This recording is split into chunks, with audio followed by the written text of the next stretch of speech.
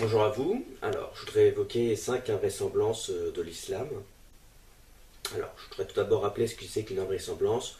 Une invraisemblance, c'est le contraire d'un miracle. C'est quelque chose qui défie l'entendement, mais qui n'est pas le but, qui n'est pas le résultat d'une intervention divine. C'est plus le résultat d'une bêtise, d'une absurdité humaine. Et ces 5 invraisemblances que j'ai relevées, elles sont destinées en quelque sorte à montrer que l'islam ne peut pas être une religion crédible et qu'en réalité, ces récits absurdes ont en vocation à, à justifier un certain nombre de comportements criminels et qui s'opposent à la nature humaine, qui s'opposent au sens commun tout simplement.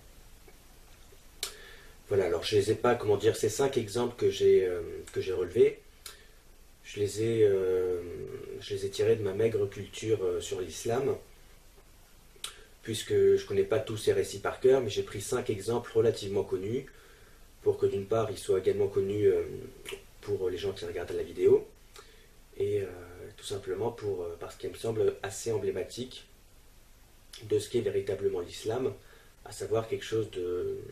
Il y a un fond criminel, un fond malsain, qui est recouvert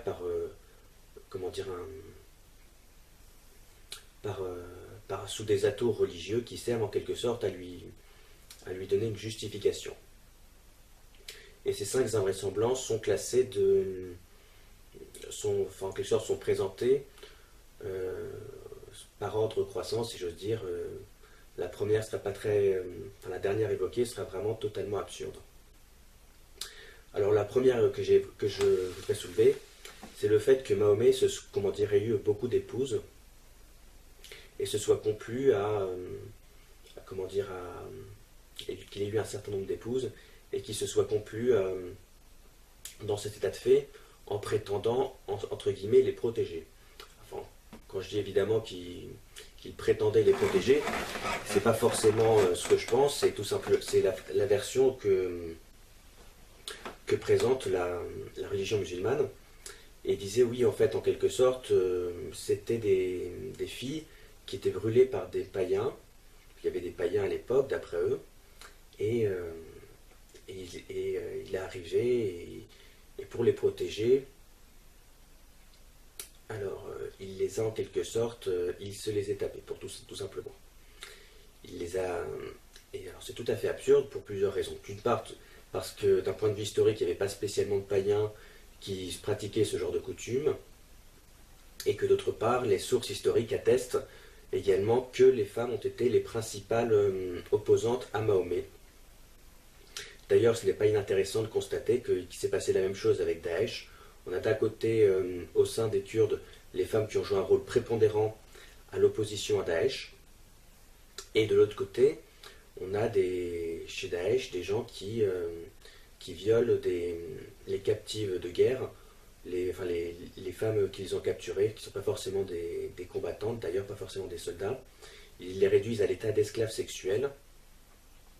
Et ils les réduisent à l'état d'esclaves sexuels. Et ils ne présentent pas du tout ça comme une sorte d'écart temporaire qui serait dû aux conditions de la guerre, mais ils présentent ça comme un acte pieux. Il y a toute une théologie islamique de la justification du viol et de la possession d'esclaves sexuels. Il y a même des règles qui régimentent ces pratiques-là et qui sont destinées à justifier et à encadrer ces pratiques. Alors, donc c'est tout à fait absurde d'imaginer que Mahomet se soit en quelque sorte tapé toutes les filles qui lui passaient entre guillemets pour les protéger. D'autre part, il est plus crédible qu'en quelque sorte ce soit des récits qui soient inventés pour faire avaler la pilule en quelque sorte, pour justifier cet état de fait. Et d'autre part, il faut savoir que Jésus, à un moment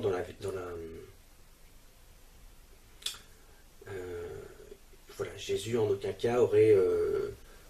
si Mahomet avait été prophète, comme les musulmans le prétendent, il aurait su, prophète c'est quelqu'un qui est sensible au sens moral du réel, de notre attitude dans le réel. S'il avait été prophète, il aurait su que ce genre de comportement est assez ambigu et peut prêter à confusion et peut inciter à faire des actes mauvais. Donc il se serait dit, pour qu'il n'y ait pas d'ambiguïté, je vais éviter d'avoir une attitude assez trouble qui pourrait montrer le mauvais exemple. Et il aurait comment dire, argué de sa sainteté pour en quelque sorte justifier qu'on les protège. Et il n'aurait pas dit je vais toutes les mettre dans mon lit, comme ça on va les protéger. Ça c'est totalement absurde. Et effectivement, il est facile de constater qu'en réalité, comme Daesh, exactement comme Daesh, ce sont des esclaves sexuels, qu'il a, comment dire, des esclaves sexuels qu'une théologie est venue ensuite justifier, que la religion musulmane a ensuite justifié. Alors, deuxième exemple, tout à fait absurde également, l'histoire de la femme enceinte qui est adultère et qui va voir Mahomet pour lui déclarer non seulement qu'elle est adultère, mais qu'en plus de ça, elle doit être lapidée. Ça, c'est ce que présente l'islam. Tout d'abord, Mahomet refuse. Il refuse une fois, deux fois, trois fois, puis au final, il dit, bon, allez, d'accord, on va te lapider. Alors déjà, spontanément, c'est totalement impensable d'imaginer qu'une femme veuille dénoncer, veuille prendre l'initiative de dénoncer son adultère. Voilà, il me semble que dans l'évangile de Saint Jean, il y a une femme adultère qui est samaritaine, mais c'est Jésus qui le découvre. Et qu'il découvre en discutant avec elle, et qui la moralise, au final, qui lui permet de ne plus pécher plutôt que de se complaire à la lapider. Alors bon, déjà que c'est totalement absurde qu'une femme vienne spontanément lui dire oui, je suis adulte, j'ai été adultère, mais en plus de ça, il est encore plus absurde qu'elle demande à être lapidée. Et surtout qu'en plus elle était censée être enceinte. Et c'est d'autant plus absurde que voilà qu'un soi-disant prophète qui aurait su que c'était quand même un crime assez grave se soit dit allez bon, pour lui faire plaisir, je vais la lapider. Je vais la lapider et tuer d'ailleurs aussi son enfant qu'elle possède dans son ventre. C'est totalement absurde. Et voilà, qui se soit dit je vais commettre un acte assez grave, mais juste parce qu'elle me supplie, donc bon, je vais m'y résoudre. Troisième point, d'après les savants musulmans, il y a des versets dans le Coran qui sont en quelque sorte des versets sataniques, dû en quelque sorte au fait que Mahomet, il aurait été tenté par des déesses, il aurait en quelque sorte adoré des déesses pendant un certain temps, pendant un bref temps, mais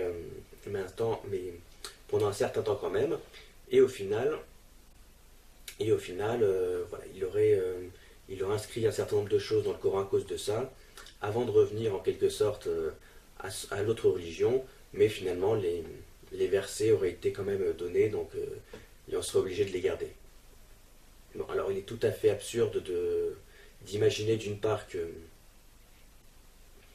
que si effectivement il avait été tenté par le diable ou par des divinités païennes, si jamais il avait comment dire si jamais il avait effectivement pris un certain nombre de choses en note sous leur dictée, s'il aurait été totalement absurde qu'on les conserve, et au contraire on aurait tout fait en sorte pour les éliminer. D'autre part, bon, cette histoire de j'apostasie, puis après je reviens à la raison, mais on garde quand même, c'est totalement absurde. Et il s'agit probablement d'une interpolation, à savoir Mahomet, il se serait peut-être revenu 3D, c'est peut-être le signe que, comment dire, il y a quelqu'un qui est revenu à un modèle plus trinitaire avant d'être désavoué par ses successeurs, mais que forcément, comme ils ont inclus ça dans le Coran, ils ont préféré le garder. Mais bon, le côté... d'ailleurs, les déesses supposées qui auraient induit Mahomet en erreur, les divinités païennes n'existaient pas en Arabie Saoudite, elles existaient plutôt en Jordanie. Donc on voit bien la transposition syro-jordanienne qui a été déplacée dans le cadre arabe lors de la réécriture des origines de l'islam par les califes. Deuxième invraisemblance, l'histoire du... Alors, il y a un hadith qui dit, à la fin des temps, lorsqu'un juif se cachera derrière un rocher ou derrière un arbre, le rocher viendra crier aux musulmans, il y a un juif qui est caché derrière moi, viens le tuer. Bon, c'est affligeant, et normalement je ne devrais même pas avoir à commenter ce genre d'aberration qui parle d'elle-même, mais c'est quand même assez révélateur du fond nihiliste, du fond extrêmement violent et haineux comment dire, qui anime cette religion. Voilà, qui en gros, comment dire, le paroxysme de l'existence humaine lors de l'apocalypse musulmane, ce soit que les éléments se mettent à s'animer, à communier en quelque sorte aux musulmans pour qu'ils puissent massacrer à gogo, c'est tout de même affligeant. Mais c'est aussi très révélateur. Alors dernière invraisemblance, là on atteint vraiment des sommets dans le grotesque. L'histoire de la chèvre qui mange un feuillet du Coran. Alors pour justifier la lapidation, les musulmans disent qu'en gros, puisque le problème c'est que la lapidation n'est pas exigée par le Coran, ce n'est pas quelque chose qui est présent dans le Coran, et pour justifier en quelque sorte de recourir à cette pratique, les musulmans ont inventé une histoire comme quoi Dieu aurait dicté à Mahomet que c'était très bien de lapider, mais malheureusement, il aurait pris note, etc., ou quelqu'un aurait pris note sur un petit feuillet, voilà, qu'on aurait pu appeler le verset de la lapidation, mais malheureusement, il y a une chèvre qui est passée par là. Et la chèvre, elle avait bon appétit, elle a mangé le feuillet du Coran en question, où Dieu aurait prescrit à Mahomet de lapider les femmes, enfin de lapider je ne sais pas très bien qui. Mais en tout cas, voilà, on n'a pas la lapidation dans le Coran parce qu'il y a une chèvre qui est passée par là, mais quand même, Dieu l'avait quand même demandé à Mahomet. Alors bon, je sais pas... bon, c'est affligeant, on ne tire pas sur une ambulance, disent certains, mais voilà, c'est ce qui est le plus affligeant, il faut bien le dire, dans toute cette histoire, c'est que il y a des gens, non seulement qu'il y a des gens qui pourraient y croire, mais qu'en plus qu'il y a des personnes qui perdent la vie à cause de la bêtise de ces gens-là. Donc on a à la fois la bêtise de l'islam et les conséquences criminelles les conséquences criminelles qu'elles engendrent tout simplement. Plus généralement, on se rend compte que l'islam, c'est une religion en quelque sorte de brigands, ce sont des brigands plus exactement, qui se sont inventés une religion pour constituer un certain nombre de passe-droits. Et le signe, le symptôme qui illustre le mieux cet état de fait, c'est véritablement la création de la ville de la Mecque par rapport à la ville de Médine, et la distinction entre sourates mécoises et médinoises. Puisque dans le Coran, il y a des sourates gentilles en quelque sorte et des sourates méchantes. Les sourates gentilles, c'est les sourates mécoises, et les sourates méchantes qui appellent à la violence, qui sont assez haineuses, ce sont les sourates médinoises. Et la partie méchante, elle est censée avoir été en quelque sorte révélée après la partie gentille. Ce qui d'ailleurs est une inversion totale de la perspective biblique où la partie violente, l'Ancien Testament, est révélée avant la partie gentille, le Nouveau Testament. Non seulement c'est une inversion totale, mais en plus de ça, ce qu'il y a de bien, c'est qu'il y a ce qu'il y a de bien, c'est dans cette perspective-là, c'est qu'il y a un système d'abolition de versets abolissants et abolis, abrogés et abrogeants, voilà, qui permet en quelque sorte, aussi bien dans le Coran, il y a des versets gentils et il y a des versets méchants, et les versets gentils, tout à fait bien gentils, mais il ne faut pas qu'on se dise que ça peut comment dire, constituer un obstacle aux versets méchants, puisque les versets méchants, en quelque sorte, c'est eux qui abrogent les versets gentils. Ça veut dire qu'il est tout aussi possible d'être gentil que d'être méchant, Et si jamais tu as envie d'être gentil, tu as envie d'être méchant, tu n'as aucun scrupule à avoir puisque les autres versets sont de facto abolis. Et c'est tout à fait intéressant de voir comment dire, que cette construction religieuse est parallèle à un certain nombre de tactiques, de tactiques diplomatiques qui ont été définies à la même époque, au début du IXe siècle, il me semble, comme quoi on pouvait être gentil avec les pays non musulmans quand on était en état d'infériorité, et dès qu'on était en état de supériorité, qu'on avait l'avantage, il fallait être méchant en quelque sorte. Donc on voit que le fond gentil, voilà, c'est ce que j'ai évoqué d'ailleurs dans une religion qui s'appelle les origines de l'hypocrisie musulmane, l'origine de l'hypocrisie musulmane, et c'est comment dire, on comprend mieux plus généralement que cette religion, elle est très fausse et elle présente souvent, soit elle justifie des crimes en invoquant des prétextes et en inventant des histoires totalement absurdes, mais ces crimes sont révélateurs de sa véritable nature, puisque par exemple la ville de Médine, c'est la ville à laquelle était lié Mahomet, et la ville de la Mecque, ça c'est purement et simplement une invention de l'histoire. Non seulement sont révélateurs, mais qu'en plus, quand il y a des musulmans qui sont gentils, je ne dis pas que c'est fort que tous les musulmans sont forcément des menteurs ou sont forcément hypocrites, mais ils peuvent tout aussi bien être gentils parce qu'ils sont gentils, mais ils peuvent parfaitement également être gentils parce qu'ils sont, ils sont en position d'infériorité et pour cette raison-là, ils préfèrent en quelque sorte faire profil bas, sachant que quand ils deviennent majoritaires, désormais ils sont en position de force, là ils n'ont plus de complexe et effectivement le côté verset abrogeant, ça a toute son utilité.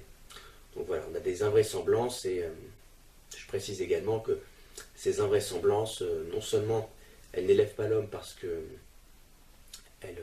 elles constituent des justifications à des actes absolument insupportables, mais en plus de ça, non seulement on se complaît dans un fond criminel à travers des histoires idiotes, mais également on se rend idiot à croire des histoires totalement absurdes.